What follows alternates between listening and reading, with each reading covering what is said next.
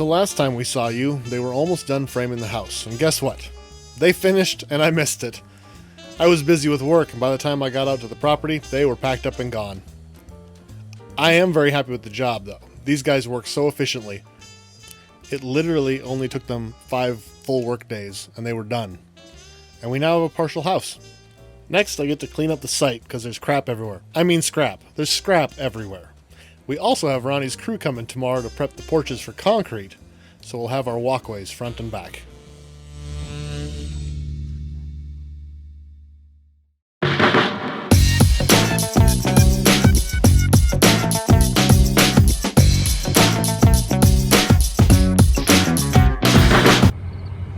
Good morning.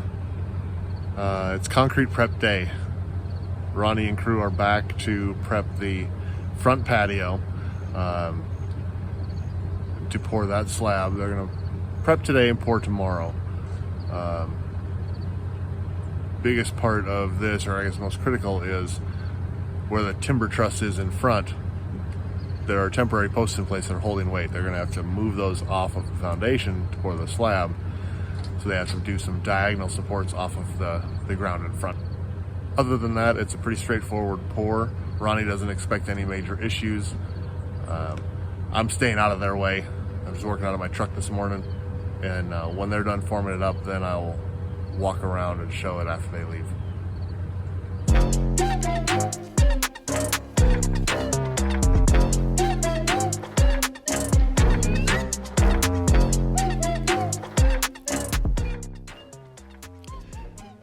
Y'all are probably asking yourselves, why are they screwing boards into concrete block? I asked them that too because I didn't know. What they're actually doing here, these 2x4s are going to support the form boards for the concrete. And they're actually going to put a 45-degree bevel on top so that the concrete walkway doesn't just overhang the block a little bit. It bevels down, making a much stronger edge and more decorative.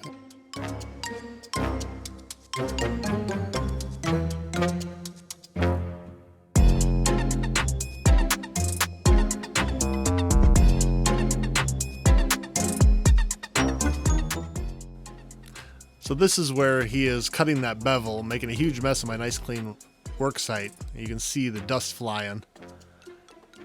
We did slow the tape down to show the detail. These guys just work so fast, it's hard to even focus on what they're doing. So now he's screwing the outer form board onto those 2x4 supports. This will actually make the outer edge of the concrete. And the bevels that they cut earlier will set on top of the 2x4 support.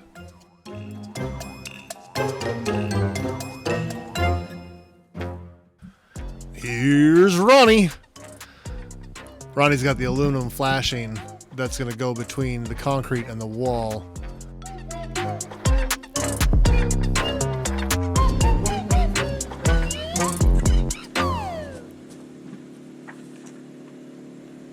The flashing is a fairly straightforward install. You just roll it out, staple it in place. The staples really are only to hold it until the concrete sets. Just hold it against the wall.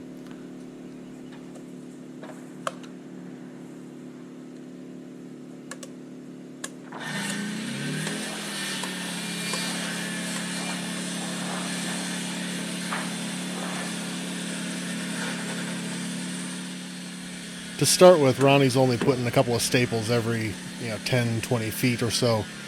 He will go back and staple it more securely so that it doesn't move when concrete's actually pouring in place.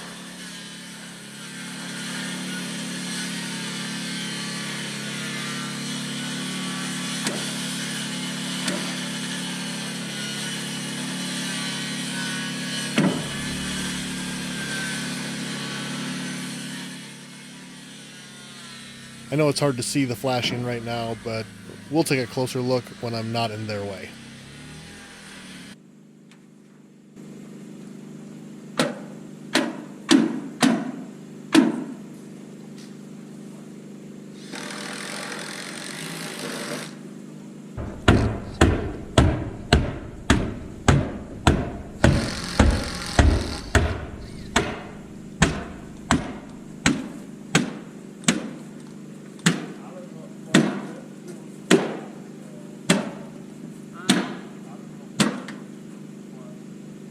Good evening. I had to come back out and check on progress.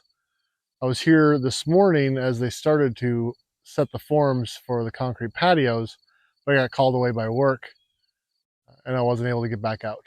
They don't need my help to set forms. I'm not about to tell them how to do their job. So I'm going to take us on a tour to see what happened. We got lots of rebar all set. This patio is going to be good and strong. We're going to have about 1.5 inch drop off from the front door to the outer edge, just to make sure, even with the cover, that any rain, any moisture, anything will run away from the house, not to it.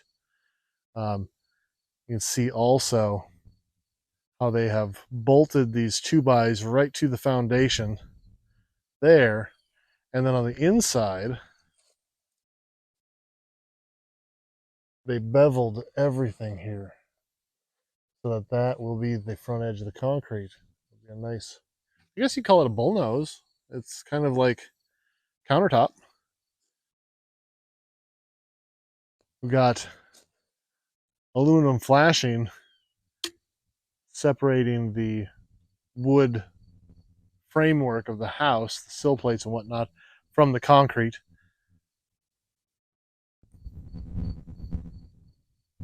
And I'll have to ask Ronnie to confirm. I believe that's mostly because concrete, of course, very wet when it's poured. It's exuding that water as it sets up. But then, because it is,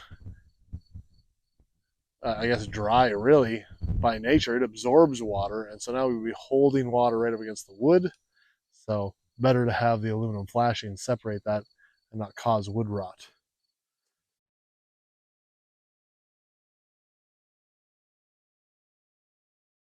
We can do this without getting blinded by the sun. You can see the post coming diagonal down to the dirt for the upper truss. And that is because, well, everywhere else the roof is supported by the outer wall. The front and back trusses are floating out there. They are not supported by the walls. They require those 2 posts going right down. Now, once the concrete's formed, the big 10-inch posts will go right down to the concrete foundation. But the concrete's not there yet, and we've got to pull those temporary posts out of the way. So we do further temporary posts right down to the dirt. Then they can pull those, pour the concrete, get everything set up. And I would imagine we'll probably just end up leaving the temporaries in place until the big 10-inch posts are ready to install.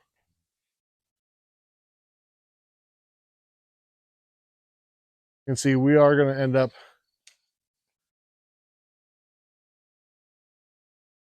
we are not going to end up with a step into our front door, which would be really nice. If you can see that chalk line, the thin red line about halfway up that flashing, 2/3 of the way up, that is the top of the concrete. Well, it's well within that 7-inch kind of step range that you want comfortably. So we won't have to have a separate step. I think that'll be nice. If I end up tripping on it, we'll add a step just to move it further away from the door.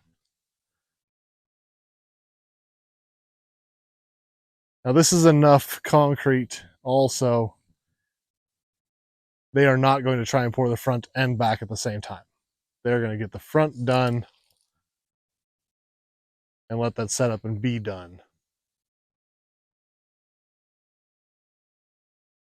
And then next week they're going to come back and do the back. But they have started to prep the back too. So we'll walk around there and take a peek there too. So here we have the start of the carport, which is going to be about a 4-inch step down out of the garage. Again, that just keeps water from traveling in under storm. If it was getting driven hard from the west here, it could be pushed in that door. Having a good 4-inch drop like that should keep most of that water right out.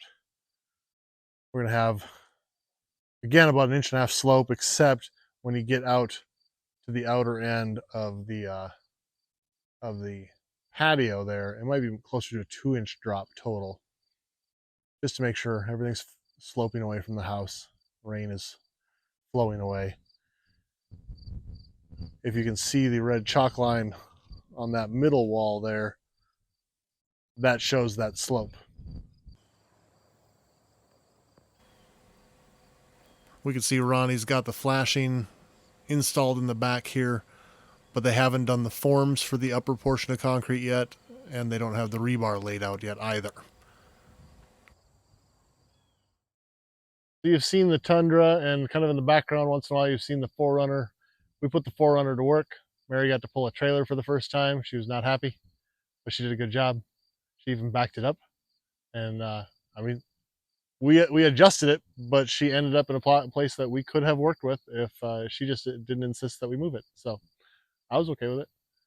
Uh, and by we, I mean my brother-in-law Jeremy and his wife Emily.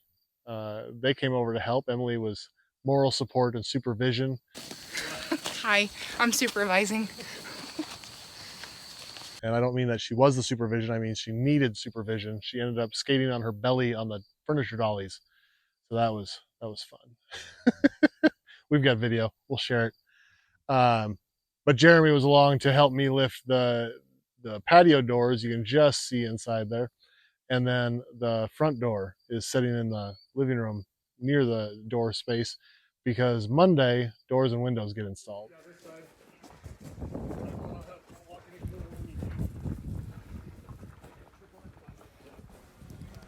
For the back porch, we purchased 2 sets of French doors. This was the most cost-effective option to fill that 12-foot opening. We'll be painting these doors black. Buying them primed and doing a bit of painting ourselves was the most budget-friendly way to go. Had we ordered these already painted, it would have added another $600 to the cost of each door. These doors weigh around 200 pounds and are just awkward to move, so I was thankful for the extra help, loading and unloading. Also, shout out to my other brother-in-law, Yo, for helping unload the first round, even though he mostly stood there drinking a beer, being the cheer captain. Love you, Yo. One issue I did discover when I first picked these up is that they don't quite fit very well on my utility trailer, being it is just 6 foot wide in between those rails. So we had to prop them up on the edge. We padded them good with moving blankets, old floor mats, kind of whatever soft things we had. But they only had to survive for an 8-mile drive. We took it easy. We made it with no damage.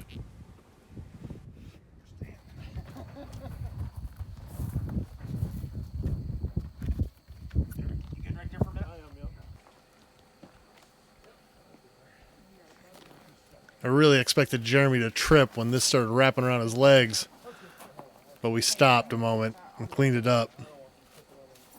Because we might have gotten a deal on these doors, but deals disappear quick when you have to buy them twice.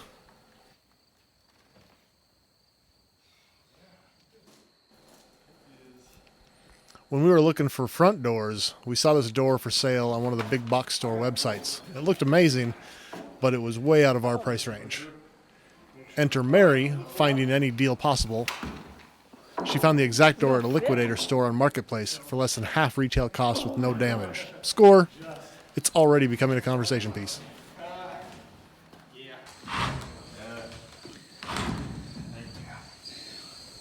Well, you have a front door. It's not in front. It's really not operational as a door. But it's there. Well, it's been a long day. I'm going to have to shut her down. I've been told that my mother-in-law brought home Arby's for dinner. That should be good. Funny story about Arby's, sort of. So Mary and I are at the bank, the ATM, and she can see something I can't see, and she was like, "Dave, I think this elderly lady needs a ride." And I kind of lean forward and I look around, and sure enough, there is this lady who, I don't know, 70, 80 years old, something, and she's just creeping along with her walker like my dad used to use. And Mary's like, "I think we need to give her a ride." I said, okay. So we pull out of the ATM, and it's just a U-turn to the alley that this gal is walking through. And I just rolled the window down. I said, "Ma'am, do you need a ride?" And she turns and looks and says, "Yes." And so we hop out to help her in, and Mary helps her into the 4Runner, and I grab her walker and setting it in. And she's telling us that I was walking along. I just wanted some Arby's because the food at the nursing home is awful. And I wanted a roast beef sandwich. So I walked to Arby's and I was walking home, but I couldn't make it much further. I was just praying to God, Lord, just send someone to help. And then you shouted, "Hey, you need a ride?" So I said, yes. God works quick. And we laughed. And the second funny part about that story is we were asking if she has any help, anybody, any family in the area. And this 70 or 80-year-old gal says, "Well, my mom, but she doesn't drive." I'm like, really? Can't imagine why. But she said she was going home in about a week and she'd be okay. So that was our fun adventure one. I think that was a Sunday morning, Saturday morning. I don't know. It's fun to do, fun story to have now for anytime we have Arby's or drive past an Arby's, we think of this gal and hope she's okay. Thanks for watching.